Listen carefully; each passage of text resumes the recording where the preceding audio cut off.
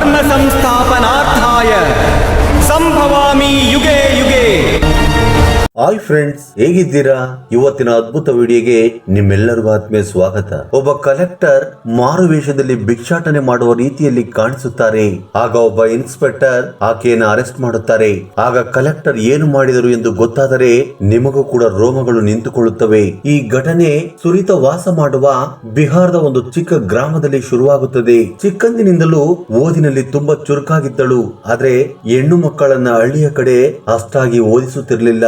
ಹೆಣ್ಣು ಮಕ್ಕಳಿಗೆ ಅಡುಗೆ ಕೆಲಸವನ್ನ ಹೇಳಿಕೊಟ್ಟು ಎಷ್ಟು ಬೇಗ ಆಗುತ್ತೋ ಅಷ್ಟು ಬೇಗ ಮದುವೆ ಮಾಡಿ ಕಳಿಸಬೇಕೆಂದು ಎಲ್ಲರೂ ಅಂದುಕೊಳ್ಳುತ್ತಿದ್ದರು. ಸುನೀತಾ ತಂದೆ ತಾಯಿಗಳು ಕೂಡ ಆ ರೀತಿಯಲ್ಲೇ ಮಾಡಬೇಕೆಂದು ಅಂದುಕೊಳ್ಳುತ್ತಾರೆ. ಇದರಿಂದ ಸುನೀತಾಳನ್ನ 7ನೇ ತರಗತಿಯವರೆಗೂ ಓದಿಸಿದ್ದರಿಂದ ಆಕೆ ಎಜುಕೇಶನ್ ಅನ್ನ ಅಲ್ಲಿಗೆ ನಿಲ್ಲಿಸುತ್ತಾರೆ. ಆದ್ರೆ ಸುನೀತಾಳು ಕೂಡ ತುಂಬಾ ಮೊಂಡಿತನದವಳಾಗಿರುತ್ತಾಳೆ. ತಂದೆ ತಾಯಿಗಳನ್ನ ಹೇಗೋ ಬಲವಂತ ಮಾಡಿ ಸೆಕೆಂಡ್ PUC ವರೆಗೂ ಓದುತ್ತಾಳೆ. ಆ ನಂತರ ಆಕೆ ಎಜುಕೇಶನ್ ಅನ್ನ ಸ್ಟಾಪ್ ಮಾಡಿ ಒಳ್ಳೆಯ ಹುಡುಗನನ್ನ ಹುಡುಕುವುದಕ್ಕೆ ಶುರು ಮಾಡುತ್ತಾರೆ. ಆದ್ರೆ ಸುನೀತಾ ಮಾತ್ರ ಇನ್ನೂ ಹೈಯರ್ ಸ್ಟಡೀಸ್ ಅನ್ನ ಮಾಡಬೇಕೆಂದು ಬಯಸುತ್ತಾಳೆ. ಕಲೆಕ್ಟರ್ ಆಗಬೇಕೆಂಬುದು ಆಕೆಯ ಕನಸಾಗಿರುತ್ತದೆ. ಆದ್ರೆ ಆಕೆಯ ಕನಸಿನ ಬೆಲೆ ಯಾರಿಗೂ ಸಹ ಅರ್ಥವಾಗುವುದಿಲ್ಲ. ಆಕೆಯ ತಂದೆ ನಿನ್ನನ್ನು ಮದುವೆ ಮಾಡಿಕೊಳ್ಳುವವನು ನಿನ್ನನ್ನು ಓದಿಸ್ತಾನೆ ತಗೋ ಅನ್ನುತ್ತಾರೆ. ಇದರಿಂದ ಸುನೀತಾ ಮದುವೆ ಮಾಡಿಕೊಳ್ಳುವುದಕ್ಕೆ ಒಪ್ಪಿಕೊಳ್ಳುತ್ತಾಳೆ. ಆಗ ವಿನೋದ್ ಪರಿಚಯವಾಗುತ್ತಾನೆ. ವಿನೋದ್ ತುಂಬಾ ಒಳ್ಳೆಯ ಕುಟುಂಬದಿಂದ ಬಂದಿರುವಂತ ವ್ಯಕ್ತಿ. ಆತನು ತುಂಬಾ ಧನವಂತನು, ಹಾಗೆಯೇ ಒಳ್ಳೆಯ ಬಿಸಿನೆಸ್ ಮ್ಯಾನ್ ಕೂಡ. ನಾನು ಚೆನ್ನಾಗಿ ಓದಿಕೊಳ್ಳಬೇಕು, ನಾನು ಕಮಿಷನರ್ ಆಗಬೇಕೆಂದು ಸುನೀತಾ ಮದುವೆಗಿಂತ ಮೊದಲೇ ಕಂಡೀಷನ್ ಹಾಕುತ್ತಾಳೆ. ವಿನೋದ್ ಕೂಡ ಅದಕ್ಕೆ ಒಪ್ಪಿಕೊಂಡಿದ್ದರಿಂದ ಕುಟುಂಬಸ್ಥರೆಲ್ಲರೂ ಸೇರಿಕೊಂಡು ಅವರ ಮದುವೆಯನ್ನ ಗ್ರಾಂಡ್ ಆಗಿ ಮಾಡುತ್ತಾರೆ. ಆದ್ರೆ ವಿನೋದ್ ಮದುವೆ ಆದ ನಂತರ ಕೊಟ್ಟ ಮಾತನ್ನ ಮರೆತು ಹೋಗುತ್ತಾನೆ. ಸುನೀತಾ ಕೂಡ ಮನೆಯ ಕೆಲಸದಲ್ಲಿ ಬ್ಯುಸಿ ಆಗುತ್ತಾಳೆ. ಆಕೆಯ ಕನಸು ಕನಸಾಗಿಯೇ ಉಳಿದು ಹೋಗುತ್ತದೆ. ಸುನೀತಾ ಅಡುಗೆ ಕೆಲಸವನ್ನು ನಿಲ್ಲಿಸಿ ನಾನು ಚೆನ್ನಾಗಿ ಓದಿಕೊಂಡು ನಾನೇನೆಂದು ನಿರೂಪಿಸಬೇಕೆಂದು ಅಂದುಕೊಳ್ಳುತ್ತಾಳೆ. ಅದಕ್ಕೋಸ್ಕರನೇ ನಾನು ಚೆನ್ನಾಗಿ ಓದಿಕೊಂಡು ಕಲೆಕ್ಟರ್ ಆಗಬೇಕೆಂದು ವಿನೋದ್ ಬಳಿ ಹೇಳುತ್ತಾಳೆ. ಆದ್ರೆ ವಿನೋದ್ ತನ್ನ ಮಾತನ್ನ ಹಿಂದಕ್ಕೆ ತೆಗೆದುಕೊಳ್ಳುತ್ತಾನೆ. ಆಕೆ ಓದಿಕೊಳ್ಳುವುದಕ್ಕೆ ಶುರು ಮಾಡಿದಾಗಲೆಲ್ಲ ಏನಾದ್ರೂ ಒಂದು ಕೆಲಸ ಬರುತ್ತಿತ್ತು ಅಥವಾ ಆಕೆಯ ಅತ್ತೆ ಮಾವಂದಿರು ಓದಿಕೊಳ್ಳುವುದಕ್ಕೆ ಬಿಡುತ್ತಿರಲಿಲ್ಲ. ಮೇಲಾಗಿ ಹೆಣ್ಣು ಮಕ್ಕಳಿಗೆ ಓದೇಕೆ ಎಂದು ಬೈಯುತ್ತಿದ್ದರು. ಇದರಿಂದ ಸುನೀತಾ ತೀವ್ರವಾದ ಮನಸ್ತಾಪಕ್ಕೆ ಗುರಿಯಾಗುತ್ತಾಳೆ. ಒಂದು ಕಡೆ ಚಿಕ್ಕಂದಿನಿಂದ ಕಂಡ ಕನಸು, ಮತ್ತೊಂದು ಕಡೆ ಗಂಡನ ಗೌರವ. ಇವೆರಡರಲ್ಲಿ ಯಾವುದಾದರೂ ಒಂದನ್ನು ಆಯ್ಕೆ ಮಾಡಿಕೊಳ್ಳುವುದು ತುಂಬಾ ಕಷ್ಟ. ಇದರಿಂದ ಇಬ್ಬರ ಮಧ್ಯೆ ಜಗಳಗಳು ಶುರುವಾಗುತ್ತವೆ. ಜೀವನದಲ್ಲಿ ಏನಾದರೂ ಸಾಧನೆ ಮಾಡಬೇಕು ಅಂದ್ರೆ ಮದುವೆ ಎಂಬ ಬಂಧವನ್ನ ಬಿಡಿಸಿಕೊಳ್ಳಬೇಕೆಂದು ಸುನೀತೆಗೆ ಅರ್ಥವಾಯಿತು. ಒಂದು ದಿನ ಯಾರಿಗೂ ಸಹ ಗೊತ್ತಾಗದೆ ನಿಧಾನವಾಗಿ ತನ್ನ ಬಟ್ಟೆಯನ್ನೆಲ್ಲ ಪ್ಯಾಕ್ ಮಾಡಿಕೊಂಡು ಡೆಲ್ಲಿಗೆ ಹೊರಡುತ್ತಾಳೆ. ಬೆಳಿಗ್ಗೆನೆ ಸುನೀತಾ ಬಟ್ಟೆಯನ್ನೆಲ್ಲ ಪ್ಯಾಕ್ ಮಾಡಿಕೊಂಡು ಹೊರಡುತ್ತಿರುವುದನ್ನ ನೋಡಿ ವಿನೋದ್ ಒಂದೇ ಸಾರಿಗೆ ಶಾಕ್ ಆಗುತ್ತಾನೆ. ಆಕೆಯನ್ನ ತಡೆಯುವುದಕ್ಕೆ ಎಷ್ಟೇ ಪ್ರಯತ್ನ ಮಾಡಿದರೂ ಕೂಡ ಆಗುವುದಿಲ್ಲ. ಡೆಲ್ಲಿಯಲ್ಲಿ ಸುನೀತಾ ಸ್ವಇಚ್ಛೆಯಿಂದ ಇದ್ದುಕೊಂಡು ತನ್ನ ಕನಸನ್ನ ನನಸು ಮಾಡಿಕೊಳ್ಳುವುದಕ್ಕೆ ತುಂಬಾ ಶ್ರಮ ಪಡುತ್ತಿದ್ದಾಳೆ. ಡೆಲ್ಲಿಯಲ್ಲಿನ ಒಂದು ದೊಡ್ಡ ಕೋಚಿಂಗ್ ಇನ್ಸ್ಟಿಟ್ಯೂಟ್ ನಲ್ಲಿ ಸೇರಿಕೊಂಡು ಕಲೆಕ್ಟರ್ ಆಗುವುದಕ್ಕೆ ಕನಸನ್ನ ಕಾಣುತ್ತಿದ್ದಾಳೆ. ಆದ್ರೆ ಆಕೆಯ ಬಳಿ ದುಡ್ಡಿಲ್ಲ. ಈ ಸಮಯದಲ್ಲಿ ಒಂದು NGO ಮೂಲಕ ಸ್ಕಾಲರ್ಶಿಪ್ ಅನ್ನ ಪಡೆದುಕೊಂಡು ರಾತ್ರಿ ಆಗಲು ಕಷ್ಟಪಡುವುದಕ್ಕೆ ಶುರು ಮಾಡುತ್ತಾಳೆ. ಮಹಿಳೆಯರು ಯಾವುದಕ್ಕೂ ಕಡಿಮೆ ಇಲ್ಲ ಎಂದು ತನ್ನ ಗಂಡನಿಗೆ, ಕುಟುಂಬಸ್ಥರಿಗೆ ಮತ್ತು ಸಮಾಜಕ್ಕೆ ತಿಳಿಸಬೇಕೆಂದು ಹೇಗಾದ್ರೂ ಮಾಡಿ UPS ಎಕ್ಸಾಮ್ ನಲ್ಲಿ ಪಾಸ್ ಆಗಬೇಕೆಂದು ನಿರ್ಧಾರ ಮಾಡುತ್ತಾಳೆ. ಕೇವಲ ಅಡುಗೆ ಮನೆಯಲ್ಲಿ ಕೆಲಸ ಮಾಡುವ ಹುಡುಗಿ ಅಲ್ಲ ನಾನು ಎಂದು ನಿರೂಪಿಸಿಕೊಳ್ಳಬೇಕೆಂದು ಅಂದುಕೊಳ್ಳುತ್ತಾಳೆ. ಆದ್ರೆ UPS ಎಕ್ಸಾಮ್ ಅನ್ನ ಕ್ಲಿಯರ್ ಮಾಡುವುದಿಲ್ಲ. ಆ ನಂತರ ಆಕೆಯಲ್ಲಿ ನಿರಾಸೆ ಶುರುವಾಗುತ್ತದೆ. ಮತ್ತೊಂದು ಕಡೆ ಸೊಸೆಗೆ ಏನೋ ಆಗಿರುತ್ತದೆ ಎಂದು ಎಲ್ಲರೂ ಭಾವಿಸುತ್ತಾರೆ. ಸುನೀತಾ ಈಗ ಅವರ ದೃಷ್ಟಿಯಲ್ಲಿ ಸತ್ತು ಹೋಗಿರುವ ಸೊಸೆಯಾಗಿ ಉಳಿದುಕೊಳ್ಳುತ್ತಾಳೆ. ಆದ್ರೆ ಸುನೀತಾ ಈಗ ತನ್ನ ಕನಸಿನ ಜೊತೆ ಯುದ್ಧ ಮಾಡುತ್ತಿದ್ದಾಳೆ. ಆಕೆ ಮತ್ತೊಂದು ಸಾರಿ UPS ಗೆ ಪ್ರಯತ್ನ ಮಾಡುತ್ತಿದ್ದಾಳೆ. ಹೀಗೆ ಸುನೀತಾ ರಾತ್ರಿ ಆಗಲು ಕಷ್ಟಪಟ್ಟು ಒಂದು ವರ್ಷದಿಂದ ಕಾಯುತ್ತಿದ್ದ UPS ಎಕ್ಸಾಮ್ ಗೆ ಸಿದ್ಧಳಾಗುತ್ತಾಳೆ. ಇಂಟರ್ವ್ಯೂ ಅನ್ನು ಕೂಡ ತುಂಬಾ ಚೆನ್ನಾಗಿ ಅಟೆಂಡ್ ಮಾಡುತ್ತಾಳೆ. ಏಕೆಂದರೆ ಆಕೆಯು ತನ್ನ ಜೀವನದ ಹೋರಾಟದಲ್ಲಿ ತುಂಬಾ ಕಲಿತುಕೊಂಡಿದ್ದಳು. ಈಗ ಆಕೆಗೆ ಕಲೆಕ್ಟರ್ ಆಗಲು ಬೇಕಾಗಿರುವ ಎಲ್ಲ ಲಕ್ಷಣಗಳು ಕೂಡ ಇದ್ದಾವೆ. UPS ಎಕ್ಸಾಮ್ ನಲ್ಲಿ ಉತ್ತೀರ್ಣಳಾಗಿ ಬಿಹಾರ್ನ ಒಂದು ಜಿಲ್ಲೆಗೆ ಕಲೆಕ್ಟರ್ ಆಗುತ್ತಾಳೆ. ಸುನೀತಾ UPS ಎಕ್ಸಾಮ್ ಅನ್ನ ಪಾಸ್ ಮಾಡಿದ ನಂತರ ಅದರ ಬಗ್ಗೆ ಎಲ್ಲ ಕಡೆಯೂ ಕೂಡ ಚರ್ಚೆಯಾಗುತ್ತದೆ. ಆಕೆಯ ಫೋಟೋವು ಕೂಡ ನ್ಯೂಸ್ ಪತ್ರಿಕೆಯಲ್ಲಿ ಬಂದಿದ್ದರಿಂದ ಗ್ರಾಮಸ್ಥರು ಕೂಡ ಸುದ್ದಿಯನ್ನ ಆಕೆಯ ಗಂಡನಿಗೂ ಮಕ್ಕಳಿಗೂ ತಂದೆ ತಾಯಿಗಳಿಗೂ ತಿಳಿಸಿದ್ದರಿಂದ ಆಕೆಯನ್ನ ಭೇಟಿಯಾಗುವುದಕ್ಕೆ ಬರುತ್ತಾರೆ. ಆದ್ರೆ ಸುನೀತಾ ಮಾತ್ರ ಅವರನ್ನ ಭೇಟಿಯಾಗುವುದಕ್ಕೆ ಇಷ್ಟಪಡುವುದಿಲ್ಲ. ವಿನೋದ್ ಕೂಡ ಅವಮಾನದಿಂದ ಅಲ್ಲಿಂದ ಹೊರಟು ಹೋಗುತ್ತಾನೆ. ಈಗ ಸುನೀತಾ ತನ್ನ ಕರ್ತವ್ಯವನ್ನ ತುಂಬಾ ಸಿನ್ಸಿಯರ್ ಆಗಿ ಚೆನ್ನಾಗಿ ಮಾಡುತ್ತಿದ್ದಾಳೆ. ಕಾಲಕ್ರಮೇಣ ಪರಿಸ್ಥಿತಿಯ ಅನುಗುಣವಾಗಿ ತುಂಬಾ ಕಲಿತುಕೊಳ್ಳುತ್ತಾಳೆ. ಆಕೆಗೆ ಕಾರು, ಡ್ರೈವರ್ ಎಲ್ಲವೂ ಕೂಡ ಇದೆ. ಒಂದು ದಿನ ಸಿಗ್ನಲ್ ನಲ್ಲಿ ಕಾರಲ್ಲಿ ಕುಳಿತುಕೊಂಡಿದ್ದಾಗ ಒಂದು ಪುಟ್ಟ ಮಗು ಕಾರ್ ಡೋರ್ ಅನ್ನ ಬಡಿಯುತ್ತಾನೆ. ಕಾರಿನ ಕಿಟಕಿಯನ್ನು ತೆಗೆದು ನೋಡಿದಾಗ ಒಬ್ಬ ಪುಟ್ಟ ಬಾಲಕ ದುಡ್ಡನ್ನು ಕೇಳುತ್ತಿದ್ದಾನೆ. ಆತನ ಪರಿಸ್ಥಿತಿ ತುಂಬಾ ಘೋರವಾಗಿದೆ. ಆ ಹುಡುಗನ ಬಟ್ಟೆಗಳು ಹರಿದು ಹೋಗಿದ್ದಾವೆ. ಒಂದು ಕೈ ಸೊಟ್ಟಗಾಗಿದೆ. ಸುನೀತಾಗೆ ಆ ಹುಡುಗನ ಮೇಲೆ ಕರುಣೆ ಬರುತ್ತದೆ. ಆ ಬಾಲಕನ ತಂದೆ ತಾಯಿಗಳು ಎಲ್ಲಿದ್ದಾರೆ ಎಂದು ಮನಸ್ಸಿನಲ್ಲಿ ಅಂದುಕೊಳ್ಳುತ್ತಾಳೆ. ಇನ್ನು ಸುನೀತಾ ಕಾರಿನಿಂದ ಇಳಿದು ಆ ಬಾಲಕನ ತಂದೆ ತಾಯಿಗಳು ಎಲ್ಲಿದ್ದಾರೆ ಎಂದು ಹುಡುಕುವುದಕ್ಕೆ ಶುರು ಮಾಡುತ್ತಾಳೆ. ಆದ್ರೆ ಆ ಬಾಲಕ ನಾನು ಅನಾಥನೆಂದು ಹೇಳುತ್ತಾನೆ. ಹಾಗೆಯೇ ಸಿಗ್ನಲ್ ಬಿದ್ದಾಗ ಭಿಕ್ಷೆ ಬೇಡುತ್ತಿರುತ್ತೇನೆ ಎಂದು ಹೇಳುತ್ತಾನೆ. ನನ್ನ ಹಾಗೆ ತುಂಬಾ ಮಂದಿ ಇದ್ದಾರೆ, ಅಲ್ಲಲ್ಲಿ ಕೆಲಸ ಮಾಡುತ್ತಿದ್ದಾರೆ. ಸಿಗ್ನಲ್ ಬಿದ್ದ ತಕ್ಷಣ ಎಲ್ಲರೂ ಕೂಡ ಭಿಕ್ಷೆ ಬೇಡುತ್ತಿರುತ್ತೇವೆ ಎಂದು ಹೇಳುತ್ತಾನೆ. ಸುನೀತಾ ಒಬ್ಬೊಬ್ಬರನ್ನು ಹುಡುಕಿದ ನಂತರ ಗೊತ್ತಾಗಿದ್ದು ಏನು ಅಂದ್ರೆ ಕೆಲವು ಮಂದಿಗೆ ಕಾಲಿಲ್ಲ, ಕೆಲವು ಮಂದಿಗೆ ಕೈ ಇಲ್ಲ. ಆ ಮಕ್ಕಳ ಕೈ ಕಾಲುಗಳು ಮುರಿದುಕೊಂಡಿದ್ದಾವೆ. ಈ ಮಕ್ಕಳು ಎಲ್ಲಿಂದ ಬಂದಿದ್ದಾರೋ, ಇವರ ತಂದೆ ತಾಯಿಗಳು ಯಾರು ಎಂದು ಆಕೆಗೆ ಅರ್ಥವಾಗುವುದಿಲ್ಲ. ಆಗ ರಾಜು ಎಂಬ ಬಾಲಕ ಧೈರ್ಯ ಮಾಡಿಕೊಂಡು ಆಕೆಯ ಬಳಿ ಈ ರೀತಿಯಾಗಿ ಮಾತನಾಡುತ್ತಾನೆ. ನಾವೆಲ್ಲರೂ ಮೊದಲಿಗೆ ಈ ರೀತಿ ಇರಲಿಲ್ಲ. ನಾವೆಲ್ಲರೂ ಒಳ್ಳೆಯ ಕುಟುಂಬಕ್ಕೆ ಸೇರಿದವರು. ಆದರೆ ಒಂದಾನೊಂದು ಕಾಲದಲ್ಲಿ ನಮ್ಮನ್ನ ಬಲವಂತವಾಗಿ ಅಪಹರಿಸಿ ಈ ಭಿಕ್ಷಾಟನೆ ಎನ್ನುವ ಮಾಯೆಯಲ್ಲಿ ಬೀಳಿಸಿದ್ದಾರೆ. ಮಕ್ಕಳನ್ನು ಅಪಹರಿಸಿ ಕರೆದುಕೊಂಡು ಬಂದು ಅವರ ಕೈಯಲ್ಲಿ ಭಿಕ್ಷಾಟನೆಯನ್ನ ಮಾಡಿಸುತ್ತಿದ್ದಾರೆ. ನಮ್ಮನ್ನ ತುಂಬಾ ಹಿಂಸೆಗೆ ಗುರಿ ಮಾಡುತ್ತಿದ್ದಾರೆ. ಕೆಲವು ಗೂಂಡಗಳು ನಮ್ಮನ್ನ ವಿಕಲಚೇತನರನ್ನಾಗಿ ಮಾಡುತ್ತಾರೆ. ನಮ್ಮ ಕೈಯಲ್ಲಿ ಭಿಕ್ಷಾಟನೆ ಮಾಡಿಸಿ ತುಂಬಾ ದುಡ್ಡನ್ನು ಸಂಪಾದನೆ ಮಾಡಿಕೊಂಡು ನಮಗೆ ಪ್ರತಿದಿನ ತಿನ್ನುವುದಕ್ಕೆ 2 ರೊಟ್ಟಿಗಳನ್ನು ಮಾತ್ರವೇ ಕೊಡುತ್ತಿದ್ದಾರೆ. ಯಾರಿಗಾದರೂ ಸತ್ಯ ಹೇಳಿದರೆ ನಮ್ಮನ್ನ ಕೊಂದು ಹಾಕುತ್ತಾರೆ. ಆದ್ದರಿಂದ ಬಲವಂತವಾಗಿ ಸಿಗ್ನಲ್ ಬಳಿ ಭಿಕ್ಷೆ ಬಿಡಬೇಕಾಗಿದೆ ಎಂದು ಹೇಳುತ್ತಾನೆ. ಇದನ್ನು ಕೇಳಿದ ಸುನೀತಾ ಆಶ್ಚರ್ಯಳಾಗುತ್ತಾಳೆ. ಈ ಮಕ್ಕಳನ್ನ ತಮ್ಮ ಸ್ವಾರ್ಥಕ್ಕೆ ಬಳಸಿಕೊಳ್ಳುತ್ತಿದ್ದಾರೆ. ಈ ಸಮಾಜದಲ್ಲಿ ಮಾನವತ್ವ ಕೆಳಗಿಳಿದಿದೆ ಎಂದು ಸುನೀತಾಗೆ ಅರ್ಥವಾಗುತ್ತದೆ.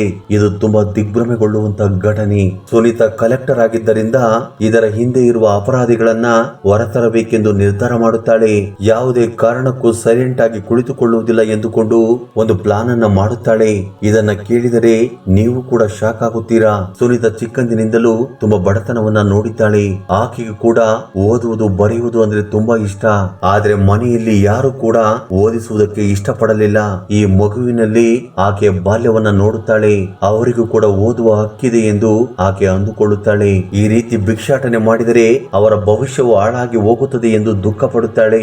ಆಗ ಸುನೀತಾ ಒಂದು ಪ್ಲಾನ್ ಅನ್ನ ಮಾಡುತ್ತಾಳೆ. ಒಬ್ಬ ಹುಚ್ಚಿಯ ವೇಷದಲ್ಲಿ ಹಳೆಯ ಬಟ್ಟೆಗಳನ್ನ ಹಾಕಿಕೊಂಡು ಅದೇ ಸಿಗ್ನಲ್ ಬಳಿ ಭಿಕ್ಷೆ ಬೇಡುವುದಕ್ಕೆ ಶುರು ಮಾಡುತ್ತಾಳೆ. ಆ ಮಕ್ಕಳ ಕೈಯಲ್ಲಿ ಎಲ್ಲಾ ಕೆಲಸವನ್ನು ಮಾಡಿಸಿಕೊಳ್ಳುವ ರೌಡಿಗಳ ಬಗ್ಗೆ ತಿಳಿದುಕೊಂಡು ಅವರನ್ನ ಬಂಧಿಸುವುದೇ ಗುರಿಯಾಗಿರುತ್ತದೆ. ಅಹಂಕಾರ, ಸ್ವಾಭಿಮಾನ ಎಲ್ಲವನ್ನು ಪಕ್ಕಕ್ಕೆ ಇಟ್ಟು ಮಕ್ಕಳಿಗೋಸ್ಕರ ಭಿಕ್ಷಾಟನೆ ಮಾಡುವುದಕ್ಕೆ ಶುರು ಮಾಡುತ್ತಾಳೆ. ಹಗಲೆಲ್ಲ ಭಿಕ್ಷಾಟನೆ ಮಾಡಿ ರಾತ್ರಿ ಆದ ತಕ್ಷಣ ಆ ಗೂಂಡಗಳ ಶಿಬಿರವನ್ನು ಸೇರಿಕೊಳ್ಳುತ್ತಾಳೆ. ಆಗ ಗೂಂಡಗಳು ಈಕೆ ಬೇರೆ ಹುಡುಗಿ, ಆಕೆಯ ವಯಸ್ಸು ಕೂಡ ಜಾಸ್ತಿ ಆಗಿದೆ, ಇಲ್ಲಿಗೆ ಹೇಗೆ ಬಂದಳು ಎಂದು ಕೇಳುತ್ತಾರೆ. ಆಗ ಸುನೀತಾ ಹುಚ್ಚಿಯಂತೆ ನೋಡುತ್ತಾಳೆ. ಆಗ ಗೂಂಡಗಳು ಹೀಗೆ ನಮಗೆ ಮತ್ತಷ್ಟು ಲಾಭವನ್ನು ನೀಡುವ ಹುಡುಗಿ ಎಂದುಕೊಳ್ಳುತ್ತಾರೆ. ನಾವು ಹೀಗೆ ಬಳಿ ಕೂಡ ಭಿಕ್ಷೆ ಬಿಡಿಸಬೇಕೆಂದು ಅಂದುಕೊಳ್ಳುತ್ತಾರೆ. ಈ ರೀತಿಯಾಗಿ ಹುಚ್ಚಿಯಾಗಿರುವ ಹುಡುಗಿಯನ್ನು ನೋಡಿದರೆ ಜನರು ತುಂಬಾ ಭಿಕ್ಷೆಯನ್ನ ನೀಡುತ್ತಾರೆ ಎಂದುಕೊಳ್ಳುತ್ತಾರೆ. ಆಗ ಗೂಂಡಗಳು ಆಕೆಗೆ ತಿನ್ನುವುದಕ್ಕೆ ಕೊಟ್ಟು ಇನ್ನು ಮುಂದೆ ಪ್ರತಿದಿನ ಈ ಮಕ್ಕಳ ಜೊತೆ ಹೋಗಿ ಆ ಸಿಗ್ನಲ್ ಬಳಿ ಭಿಕ್ಷೆ ಬೇಡಬೇಕೆಂದು ಹೇಳುತ್ತಾರೆ.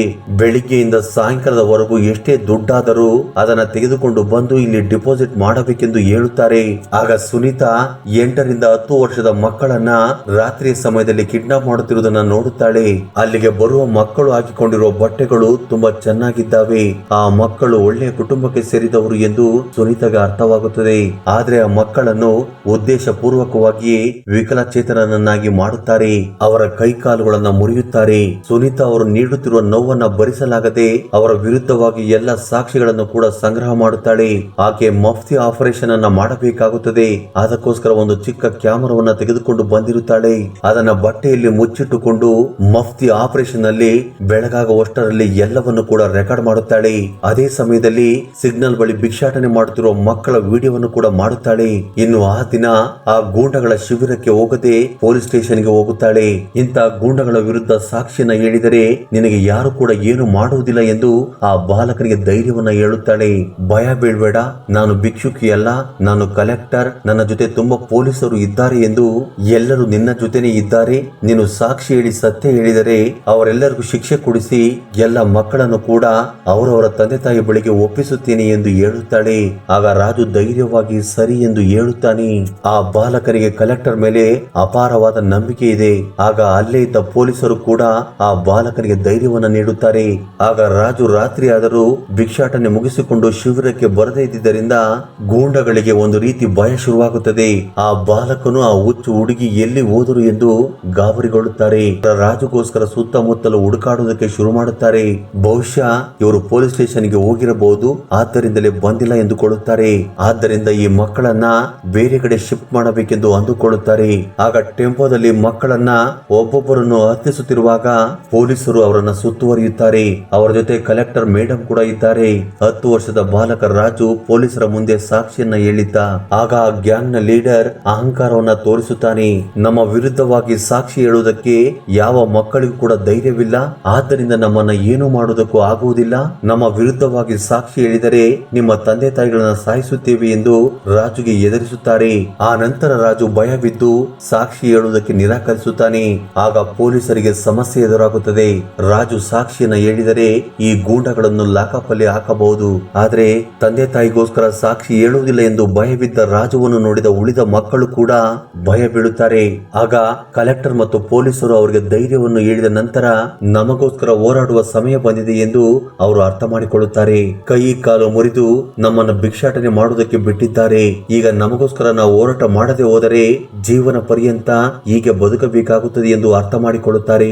ಆಗ ಅಲ್ಲಿರುವ ಮಕ್ಕಳೆಲ್ಲರೂ ಒಗ್ಗಟ್ಟಾಗಿ ನಾವು ಸಾಕ್ಷಿ ಹೇಳುವುದಕ್ಕೆ ಸಿದ್ಧರಾಗಿದ್ದೇವೆ ಎಂದು ಜೋರಾಗಿ ಹೇಳುತ್ತಾರೆ. ಈ ಮಕ್ಕಳೆಲ್ಲರೂ ಧೈರ್ಯವಾಗಿರುವುದನ್ನು ನೋಡಿದ ರಾಜು ಕೂಡ ನಾನು ಕೂಡ ಸಾಕ್ಷಿ ಹೇಳುವುದಕ್ಕೆ ಸಿದ್ಧನಾಗಿದ್ದೇನೆ ಎಂದು ಹೇಳುತ್ತಾನೆ. ಮಾರನೇ ದಿನ ಗೂಂಡಗಳನ್ನು ಕೋರ್ಟ್ ನಲ್ಲಿ ಪ್ರೊಡ್ಯೂಸ್ ಮಾಡಿ ಆಗ ಮಕ್ಕಳನ್ನ ಸಾಕ್ಷಿಯಾಗಿ ನಿಲ್ಲಿಸುತ್ತಾರೆ. ಆಗ ಮಕ್ಕಳು ತುಂಬಾ ವರ್ಷಗಳ ಹಿಂದೆ ನಮ್ಮನ್ನು ಬಲವಂತವಾಗಿ ಅಪಹರಿಸಿಕೊಂಡು ಬಂದರು ಎಂದು ಸಾಕ್ಷಿಯನ್ನ ಹೇಳುತ್ತಾರೆ.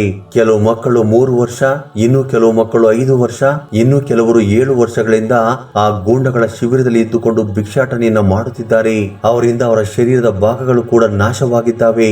ಇವರಿಂದಲೇ ನಾವು ಅಂಗವಿಕಲರಾಗಿದ್ದೇವೆ. ಈ ನೋವು ನಮ್ಮನ್ನ ಜೀವನ ಪರ್ಯಂತ ಕಾಡುತ್ತಿರುತ್ತದೆ. ಇನ್ನು ಮುಂದೆಯಾದರೂ ನಮಗಾಗಿರೋ ನೋವು ಯಾರಿಗೂ ಆಗಬಾರದು. ಇವರನ್ನ ಕಠಿಣವಾಗಿ ಶಿಕ್ಷೆ ನೀಡಬೇಕೆಂದು ಕೋರ್ಟ್ ಮುಂದೆ ಸಾಕ್ಷಿ ಹೇಳುತ್ತಾರೆ. ಆ ಮಕ್ಕಳ ಸಾಕ್ಷಿ ಆಧಾರದ ಮೇರೆಗೆ ಮತ್ತು ಕಲೆಕ್ಟರ್ ಕಲೆಕ್ಟ್ ಮಾಡಿರುವ ವಿಡಿಯೋ ಆಧಾರದ ಮೇಲೆ ಆ ಅಪರಾಧಿಗಳಿಗೆ 12 ವರ್ಷಗಳ ಕಾಲ ಕಠಿಣ ಕಾರಾಗೃಹ ಶಿಕ್ಷೆ ವಿಧಿಸುತ್ತಾರೆ. ಆ ನಂತರ ಈ ಸುದ್ದಿ ಎಲ್ಲೆಡೆ ವೈರಲ್ ಆಗುವುದರ ಜೊತೆಗೆ ಆ ಅಪರಾಧಿಗಳು ಕೂಡ ಜೈಲಿಗೆ ಹೋಗುತ್ತಾರೆ. ಈ ಕಲೆಕ್ಟರ್ ಭಿಕ್ಷೆಗಾತಿಯಾಗಿ ಬದಲಾಗದೆ ಹೋಗಿದ್ದರೆ ಅಸಲಿ ಸತ್ಯ ಹೊರಗಡೆ ಬರುತ್ತಿರಲಿಲ್ಲ. ಆ ಮಕ್ಕಳು ತಮ್ಮ ಜೀವನದಲ್ಲಿ ಬೆಳಕನ್ನು ನೋಡುತ್ತಿರಲಿಲ್ಲ. ಲಂಚವನ್ನು ತೆಗೆದುಕೊಳ್ಳದೆ ಕೇವಲ ಮನಸ್ಸಾಕ್ಷಿಯ ತಕ್ಕ ಹಾಗೆ ಕೆಲಸ ಮಾಡುವ ಇಂತಹ ಅಧಿಕಾರಿಗಳು ನಮ್ಮ ಸಮಾಜಕ್ಕೆ ಅವಶ್ಯಕ. ಜನಸಾಮಾನ್ಯರಿಗೂ ಕೂಡ ಬದುಕುವ ಹಕ್ಕಿದೆ ಎಂದು ತೋರಿಸಿಕೊಟ್ಟಿದ್ದಾರೆ. ಚಿಕ್ಕಂದಿನಿಂದಲೂ ಬಡತನದಲ್ಲಿ ಬೆಳೆದ ಸುನೀತಾಗೆ ಮುಂದಕ್ಕೆ ಹೋಗುವುದಕ್ಕೆ ಅವಕಾಶ ಸಿಗುವುದಿಲ್ಲ. ಆಕೆ ಗಂಡನು ಕೂಡ ಆಕೆಗೆ ಸಪೋರ್ಟ್ ಮಾಡಲಿಲ್ಲ. ಜೀವನದಲ್ಲಿ ಏನೋ ಒಂದು ಸಾಧಿಸಬೇಕು ಎಂದು ಡೆಲ್ಲಿಗೆ ಬಂದಾಗ ಆಕೆಗೆ ಒಳ್ಳೆಯ ಅವಕಾಶ ಸಿಕ್ಕಿತು. ಕೊನೆಗೆ ಆ ಮಕ್ಕಳನ್ನ ಕಾಪಾಡಿ ಅವರಿಗೆ ಒಳ್ಳೆಯ ಜೀವನವನ್ನ ನೀಡಿದರು. ಸ್ನೇಹಿತರೆ, ಈ ಅದ್ಭುತವಾದ ವಿಡಿಯೋ ಬಗ್ಗೆ ನಿಮ್ಮ ಅಭಿಪ್ರಾಯ ಅನಿಸಿಕೆಗಳನ್ನ ಕಮೆಂಟ್ ಬಾಕ್ಸ್ ಅಲ್ಲಿ ಕಮೆಂಟ್ ಮಾಡಿ. ಹಾಗೆ ಈ ವಿಡಿಯೋ ನಿಮ್ಗೆ ಇಷ್ಟವಾಗಿದ್ದರೆ ದಯವಿಟ್ಟು ಲೈಕ್ ನೀಡುವುದನ್ನು ಮರೆಯಬೇಡಿ. ಜೈ ಶ್ರೀ ಕೃಷ್ಣ ವಾಸುದೇವ. ಧನ್ಯವಾದಗಳು.